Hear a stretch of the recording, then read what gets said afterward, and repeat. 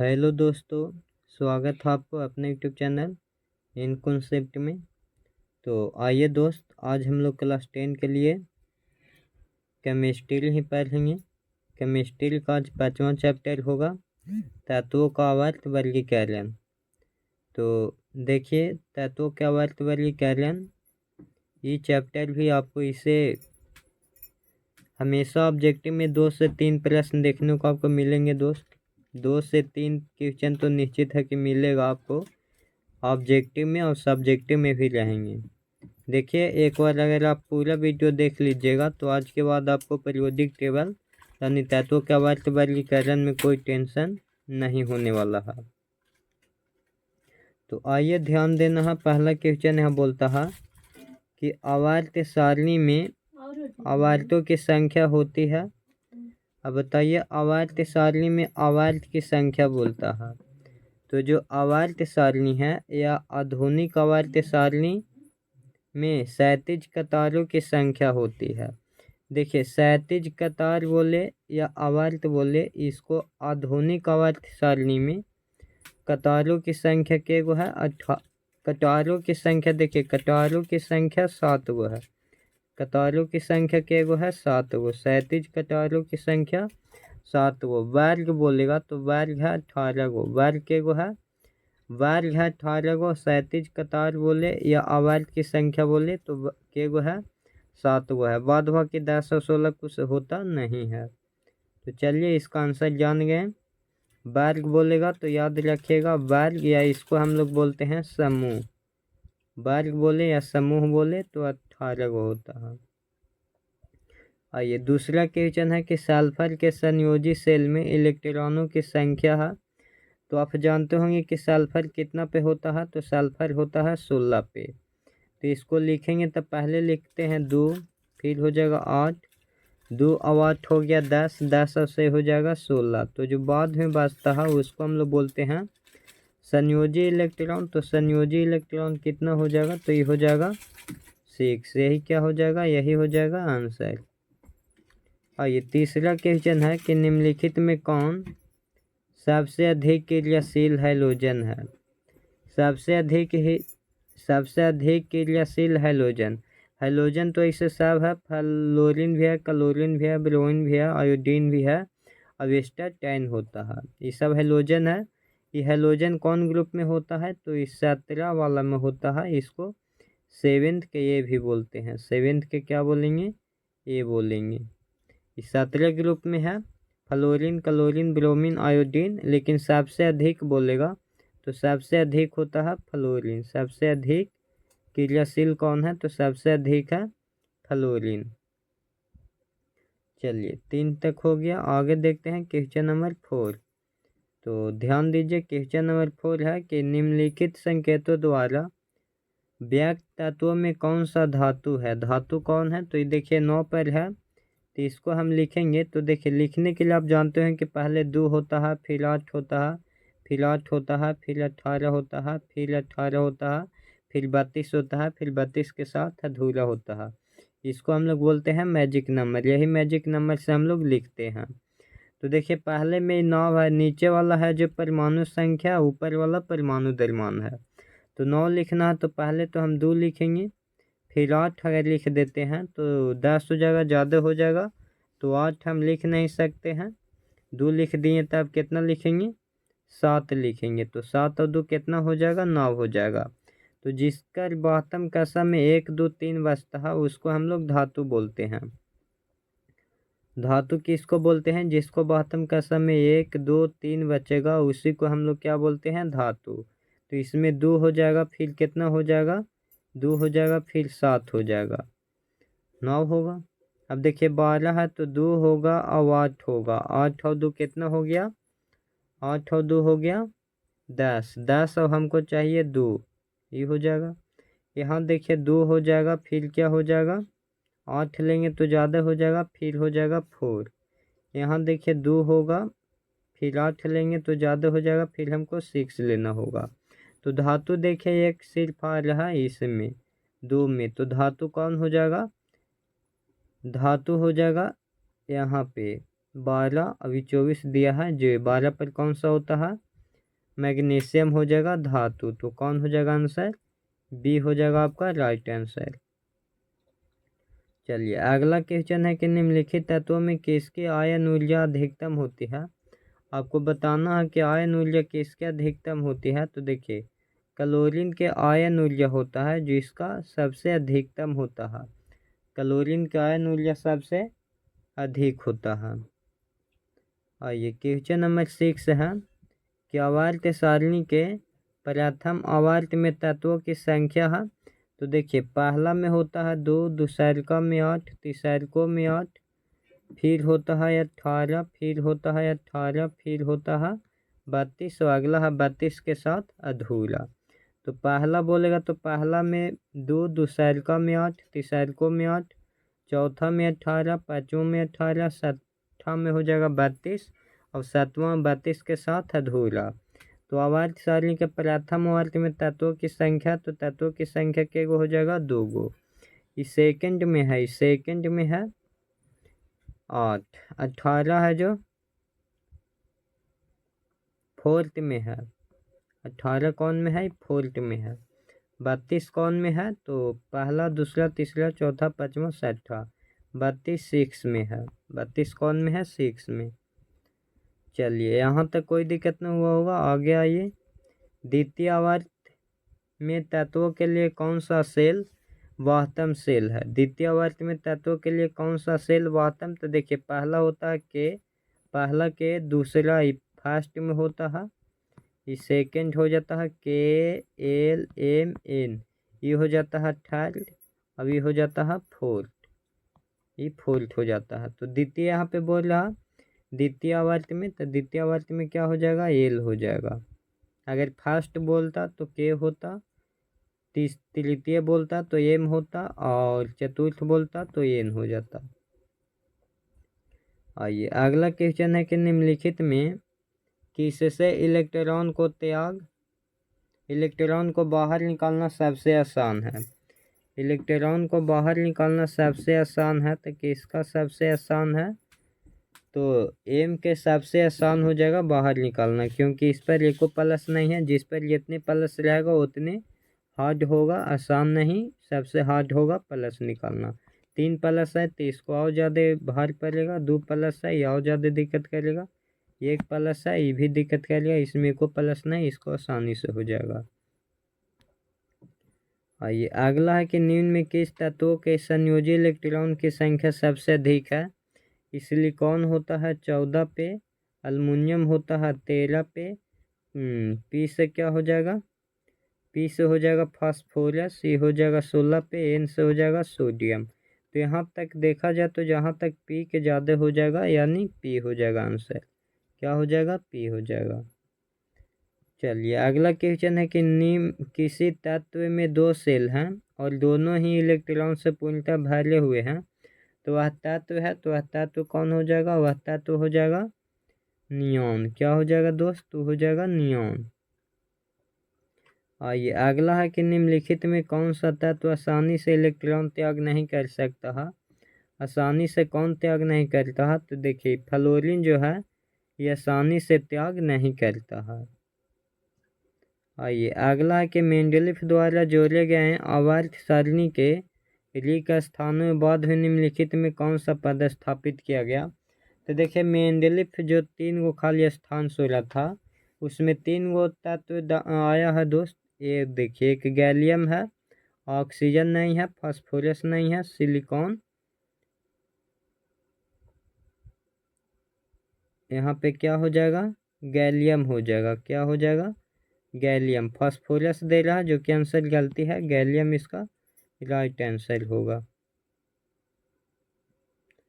चलिए अगला क्वेश्चन है कि आवर्त सारणी के प्रत्येक आवर्त का अंतिम सदस्य होता है।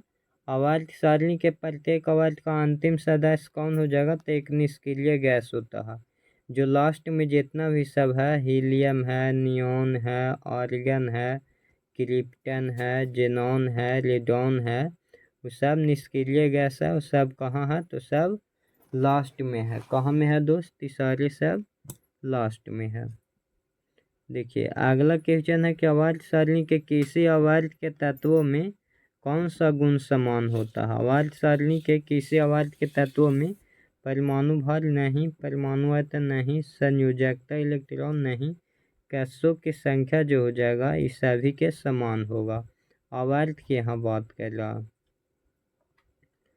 चलिए अगला है, निम्नलिखित में कौन अकेलीय गैस है? तो अकेलीय गैस आपको पता होना चाहिए कि अकेलीय गैस एगो है। कौन कौन है? हीलियम है, नियॉन है, आर्गन है, क्रिप्टन है, जेनॉन है और रेडॉन है।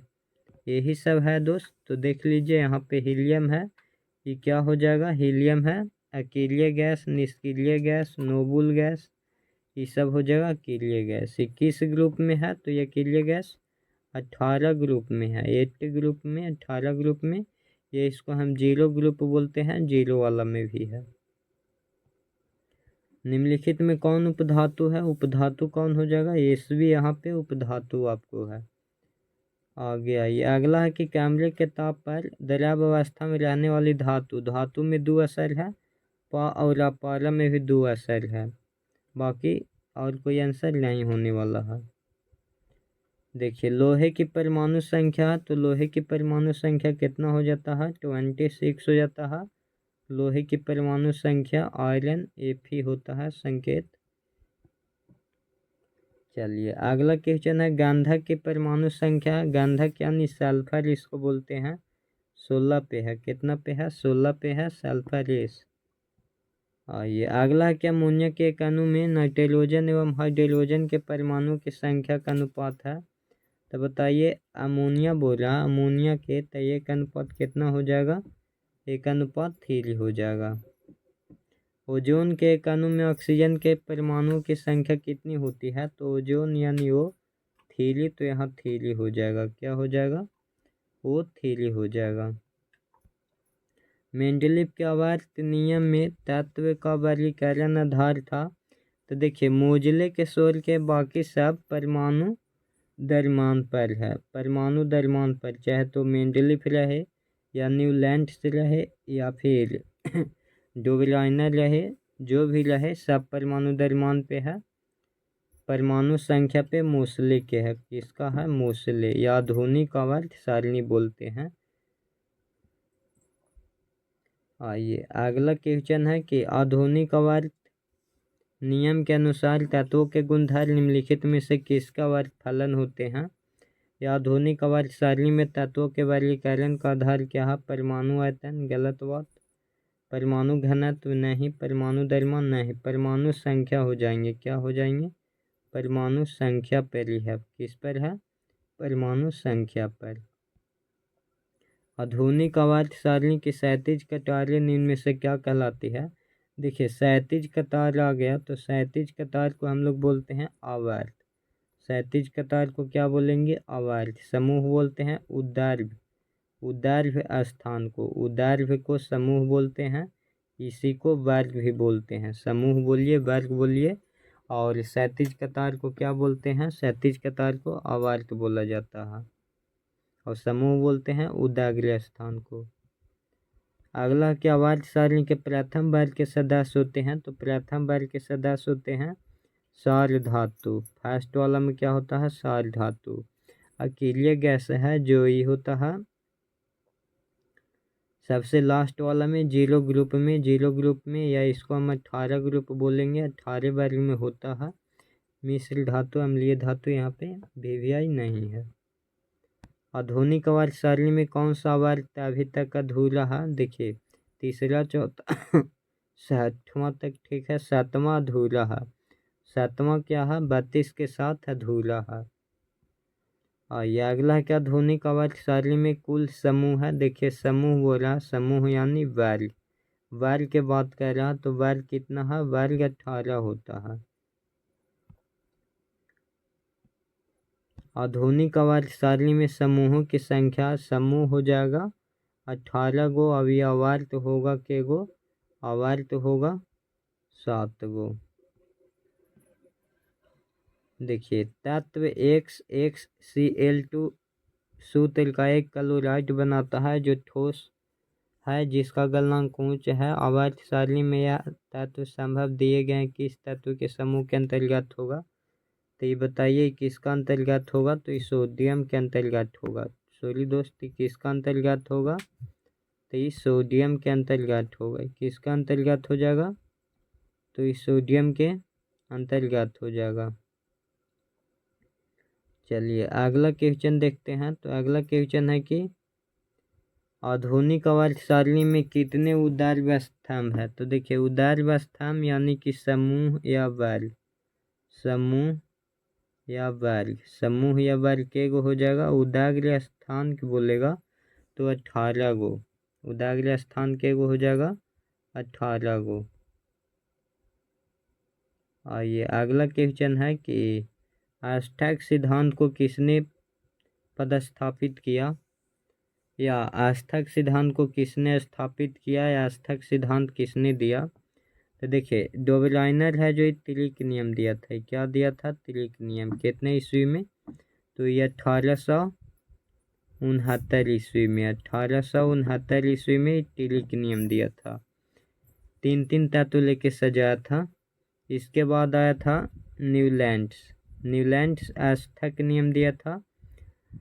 न्यूलैंड्स क्या दिया था, देखिए 1800 तिलिक नियम दिया था। तिलिक नियम कब दिया था, ये 1817 में दिया था। 1817 में तिलिक नियम। और न्यूलैंड आया जो 1869 में। 1869 में न्यूलैंड आस्थक नियम दिया। देखिए यहाँ पे समझने की कोशिश करते हैं कि तिलिक नियम दिया और ये न्यूलैंड है जो आस्थक नियम दिया। ये क्या दिया, ये आस्थक नियम दिया। अब डोबलाइनर है जो कितना में, ये 1817 ईस्वी में। और न्यूलैंड आस्थक नियम कब दिया था, तो 1800